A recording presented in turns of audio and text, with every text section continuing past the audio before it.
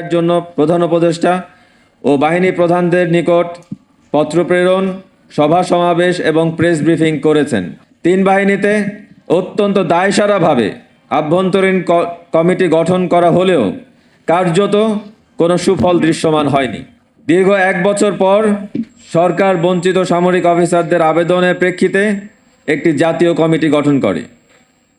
গত 30 November 2025 committee তাদের report প্রধান উপদেষ্টার নিকট জমা দেন। তথ্য অনুযায়ী এই কমিটির কাছে মোট 733টি আবেদন জমা পড়ে, যার মধ্যে মাত্র 145টি আবেদনের ব্যাপারে কমিটি সুপারিশ প্রদান করেছে। কিন্তু বাকি প্রায় 600 আবেদনকারী বাস্তবে কোনো ন্যায় বিচার পায়নি। এর মানে 80% ভুক্তভোগী অফিসারদের কেস অমীমাংসিত রয়ে গেছে। গঠিত কমিটির সাথে আমরা সরাসরি সাক্ষাৎ করে জানতে পারি যে সকল আবেদনপত্রগুলোকে কমিটি মূলত 3টি ভাগে ভাগ করে। প্রথম গ্রুপে সেনা, নৌ ও বিমান বাহিনী কর্তৃক পূর্ববর্তী বোর্ডে সুপারিশকৃত থাকা কেসগুলোকে যাচাই করে কমিটি মূলত সেগুলোকেই সুপারিশ করে।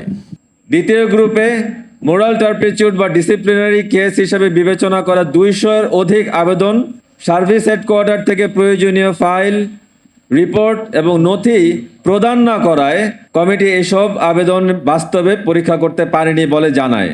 তৃতীয় গ্রুপে নো ম্যারিট অফ ডিপ্রাইভেশন বা বাতিল কেস প্রায় 300-এরও অধিক আবেদনপত্রকে কোন মানদণ্ডে কমিটি এই আবেদনগুলোকে বঞ্চনার মেরিট নেই বলেছে সে বিষয়ে কোনো স্বচ্ছ ব্যাখ্যা প্রদান করে নাই, বরং অধিকাংশ আবেদনকারীকে কোনো শুনানি বা সরাসরি উপস্থাপনার জন্যও ডাকা হয়নি।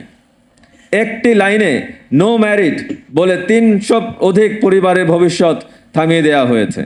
কমিটি গণমাধ্যমে প্রকাশ করেছে যে তারা সকল আবেদনকারীর সাথে কথা বলেছেন, সাক্ষাৎকার নিয়েছেন, অথচ বাস্তবে অধিকাংশ বঞ্চিত অফিসারদের ডাকাই হয়নি। সকল আবেদনকারীর সাক্ষাৎকার ছাড়া কমিটি পূর্ণাঙ্গ রিপোর্ট জমা দেয়া এবং সকল আবেদনকারীদের সাক্ষাৎকারের মাধ্যমে সুপারিশ করা হয়েছে এইরূপ বক্তব্য সম্পূর্ণভাবে মিথ্যা বলে প্রতীয়মান। আমাদের কাছে এটা প্রতীয়মান হচ্ছে যে শুধুমাত্র বাহিনী সদর দপ্তরের পছন্দনীয় ব্যক্তিদেরকেই কমিটি সুপারিশের আওতায় রেখেছে।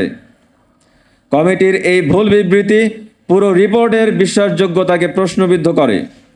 সাক্ষাৎকার ছাড়া, শুনানি ছাড়া, তথ্যপত্র ছাড়া কোনো সুপারিশ বৈধ হতে পারে না। কমিটি আমাদেরকে আরও জানিয়েছে যে বেশিরভাগ আবেদনই কেবল ফাইল ভিত্তিক নিষ্পত্তি করা হয়েছে।